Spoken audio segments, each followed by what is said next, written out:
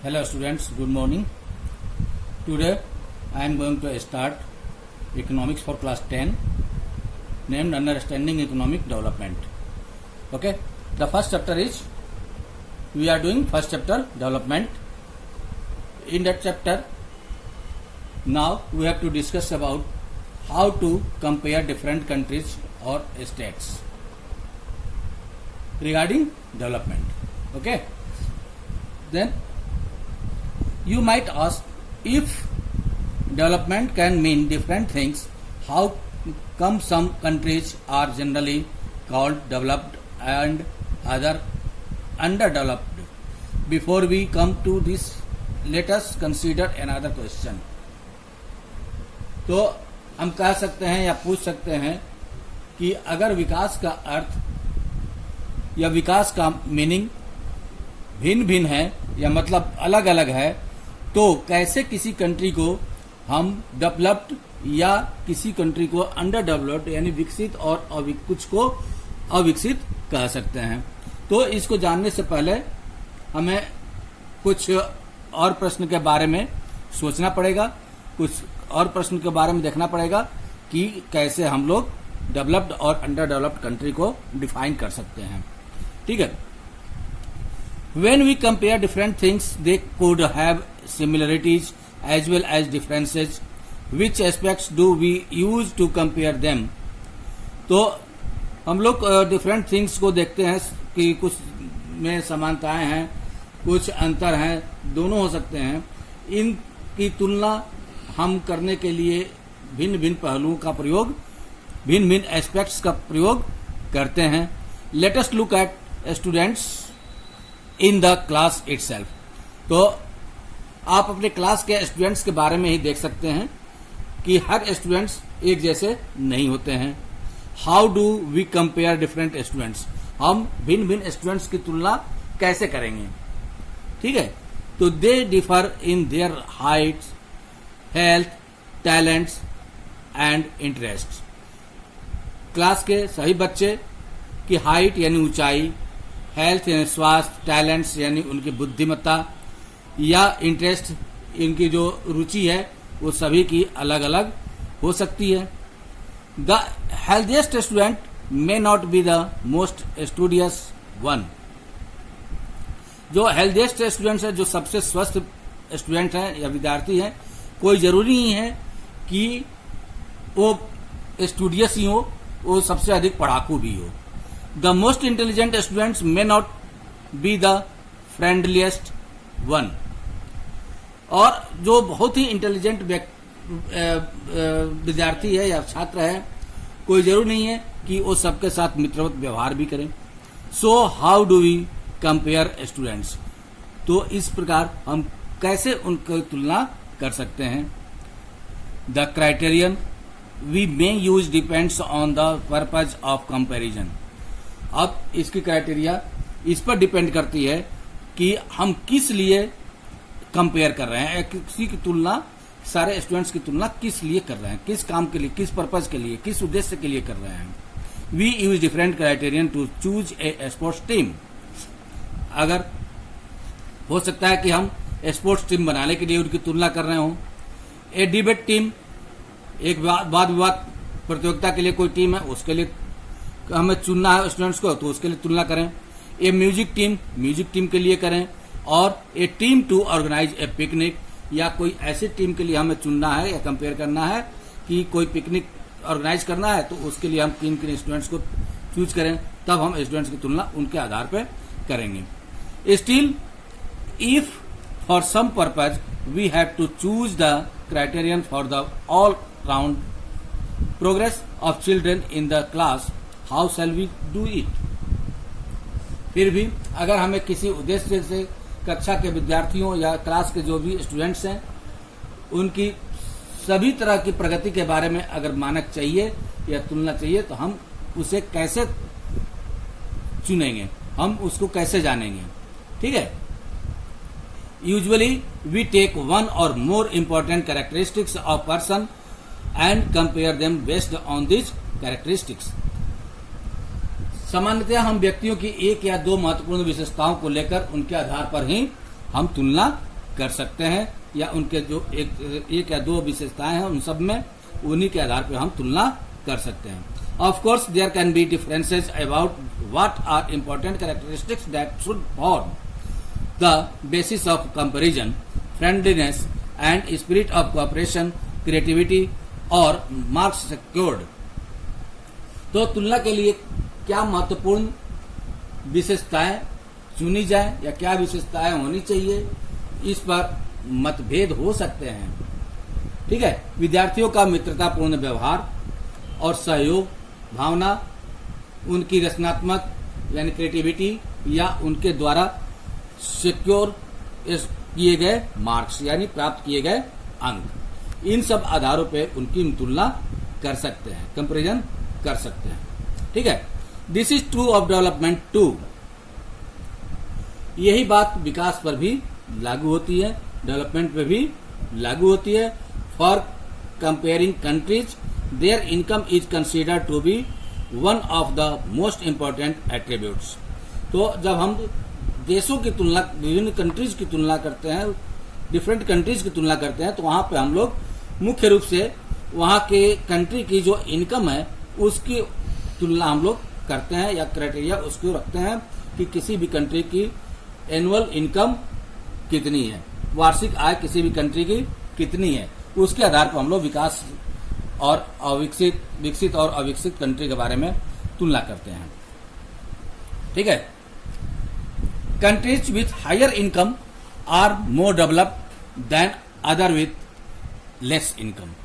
तो यहां पे हम देखते हैं कि जिस कंट्री की आय अधिक है वह विकसित माना जाता है, और जिसकी आय कम है वो अधिक अविकसित या अंडर डेवलप्ड माना जाता है. ठीक है. This is based on the understanding that more income means more of all things that human beings need. या इस बात पर निर्भर करता है या समझ पर आधारित है कि अधिक आय का अर्थ है कि मानव की आवश्यकताओं को सभी वस्तुओं का अधिक होना या पूर्ति, उसकी जो भी मानव की आवश्यकताएं हैं उसकी पूर्ति अधिक अच्छे तरीके से हो जाए. Whenever people like and should have, they will be able to get with greater income. यानी जो विकसित कंट्री है या जिस कंट्री की आय अधिक है, वहां के लोग जो भी चीज की जरूरत पड़ती है वो आसानी से अपनी पसंद के अनुसार वो पा लेते हैं या उसे वो खरीद सकते हैं. ठीक है. जहां के लोगों की इनकम या जिस कंट्री की इनकम अधिक है वहां के लोग आसानी से वो प्राप्त कर लेते हैं जो चाहते हैं. So greater income itself is considered to be one important goal. इसलिए ज्यादा आय अपने आप में एक महत्वपूर्ण लक्ष्य समझा जाता है. ठीक है. Now what is the income of a country. तो हम देखते हैं कि एक देश की या किसी भी देश की आय क्या है, इनकम क्या है. Intuitively, the income of the country is the income of all the residents of the country. This gives us the total income of the country. तो इस क्योंकि देशों की जनसंख्या अलग अलग होती है. ठीक है. तो हम देखते हैं कि क्या होल कंट्री की जो इनकम होता है वो वहां पे रहने वाले लोगों के इनकम में डिवाइड कर दें तो वो प्रति व्यक्ति आय होती है, या वहां के रहने वाले लोग की, निवासियों की आय होती है. इससे हमें देश की कुल आय ज्ञात होता है या पता चलता है. ठीक है. However, for comparison between countries, total income is not such an useful measure since countries have different population. Comparing total income will not tell us what an average person is likely to earn.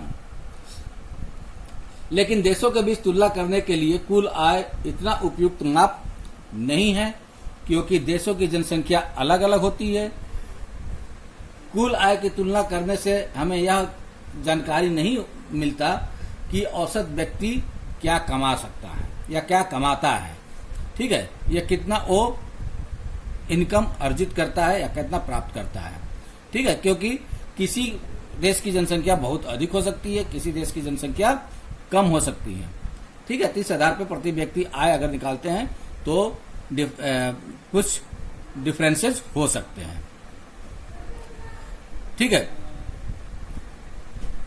Are people in one country better off than other in a different country? तो क्या एक देश के लोग दूसरे देश के लोगों से बेहतर हैं? Hence, we compare the average income, which is the total income of the country divided by its total population. The average income is also called per capita income. हम अगर औसत आय की तुलना करते हैं, जो कि देश की कुल आय की कुल जनसंख्या से भाग देकर निकाली जाती है, तो औसत आय को हम लोग प्रति व्यक्ति आय भी यानी पर कैपिटा इनकम भी कहते हैं। तो औसत इनकम कैसे निकाला जाता है कि किसी देश की जितनी भी आय है तो उसमें जो भी पॉपुलेशन है उस कंट्री की उससे डिवाइड कर देते हैं। तो डिवाइड करने के बाद जो आता है वही पर कैपिटा इनकम होता है, यानी प्रति व्यक्ति आय होती है। In world development reports brought out by the world bank, this criterion is used in classifying countries with per capita income of US dollar 12,736 per annum and above in 2013 are called rich countries, and those with per capita income of US dollar 1,045 or less are called low income countries. ठीक है, तो जो world development report था उसके अनुसार जो world bank ने report दिया उसके अनुसार क्या था, उसने क्लासिफाई किया कि वे कंट्री जिनकी per capita income US dollar 12,736 per annum है, मतलब अगर कोई व्यक्ति का इनकम 12,736 US डॉलर प्रति वर्ष है तो वह या उसके ऊपर है। कब? 2013 में, तो वह कंट्री क्या होगी? डेवलप्ड कंट्री मानी जाएगी, यानी रिच कंट्री मानी जाएगी। और जिस कंट्री की per capita income 1045 US dollar या उससे कम है तो वो लो इनकम वाली कंट्री मानी जाएगी। ठीक है, ओके।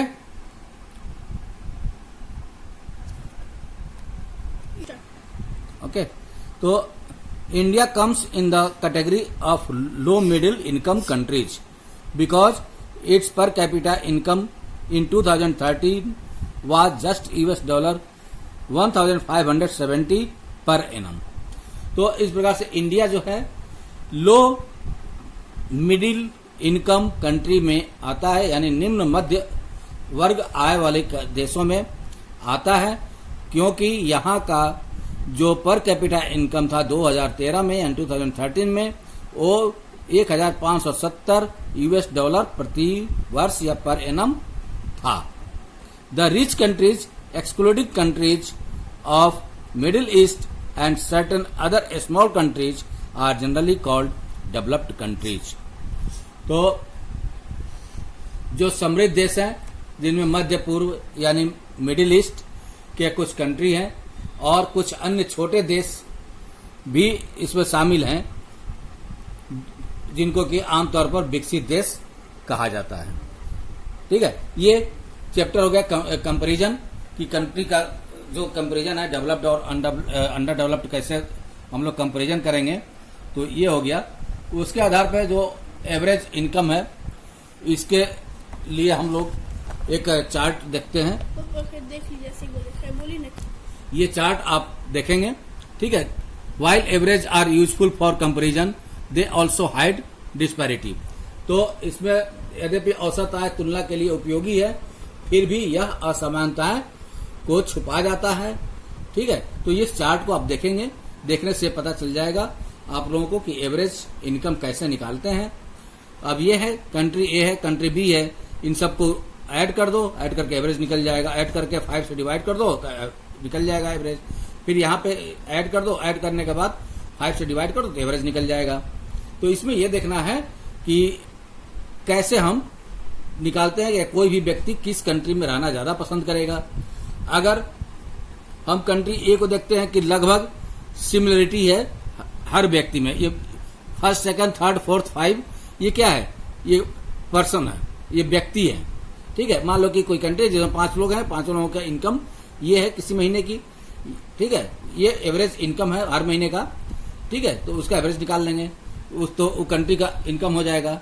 और उसी प्रकार से कंट्री बी है, कंट्री बी का ये 5 लोग हैं तो ये 5 का एवरेज हम निकाल लेंगे। ठीक है, तो अगर किसी व्यक्ति को अगर हम कहते हैं कि कोई किस में रहना चाहेगा, किस कंट्री में रहना चाहेगा, कंट्री ए में या कंट्री बी में, तो अगर कंट्री ए में रहता है तो उसको एक एवरेज इनकम हर महीने उसको मिलेगा। और कंट्री बी में अगर रहना रखते हैं तो अगर हम उसको रखते हैं कि तुम 5वें टाइप के व्यक्ति रहो और तुमको हर महीने 48,000 मिलेगा। ठीक है, तो कोई भी कंट्री, एक गरीब देश होते हुए भी या लो इनकम वाले कंट्री होते हुए भी, पर कैपिटा इनकम इसका लो होगा, उसके बावजूद भी अगर उसको 5th कैटेगरी में रखते हैं तब वो क्या होगा, बी कैटेगरी वाले कंट्री में ही रहना पसंद करेगा। बाकी लोग ये क्या है, ये गरीब लोग माने जाएंगे। तो और यहाँ पे रिच पर्सन हो जाएगा, इसलिए ये इसमें रहना चाहेगा। अगर उसको लॉटरी सिस्टम से अगर निकाला जाए कि तुम्हें किसी भी कैटेगरी में डाला जा सकता है, तब वो सोचेगा कहीं ऐसा ना हो कि ये 500 इनकम वाले कैटेगरी में हमको डाल दिया जाए। तब वो क्या कहेगा, तब कहेगा कि हम एक टाइप कंट्री में ही रहना पसंद करेंगे, क्योंकि कम से कम हर महीने या मेरा जो इनकम होगा एक सिमिलरिटी होगी और इससे ज्यादा होगी, बी कंट्री वाले से ज्यादा होगी, लेकिन हमारी इनकम एक एवरेज बनी रहेगी हमेशा। तो इसको आप लोग देख लेंगे, देखने के बाद अगर कोई दिक्कत होगा तो आप कांटेक्ट कर सकते हैं। Okay, thank you. आज इतना ही। नेक्स्ट वीडियो में हम लोग देखेंगे इनकम एंड अदर क्राइटेरिया। ठीक है, तो आज के लिए बस इतना ही आज इस वीडियो में। नेक्स्ट वीडियो में आगे देखेंगे। Have a nice day. Thank you.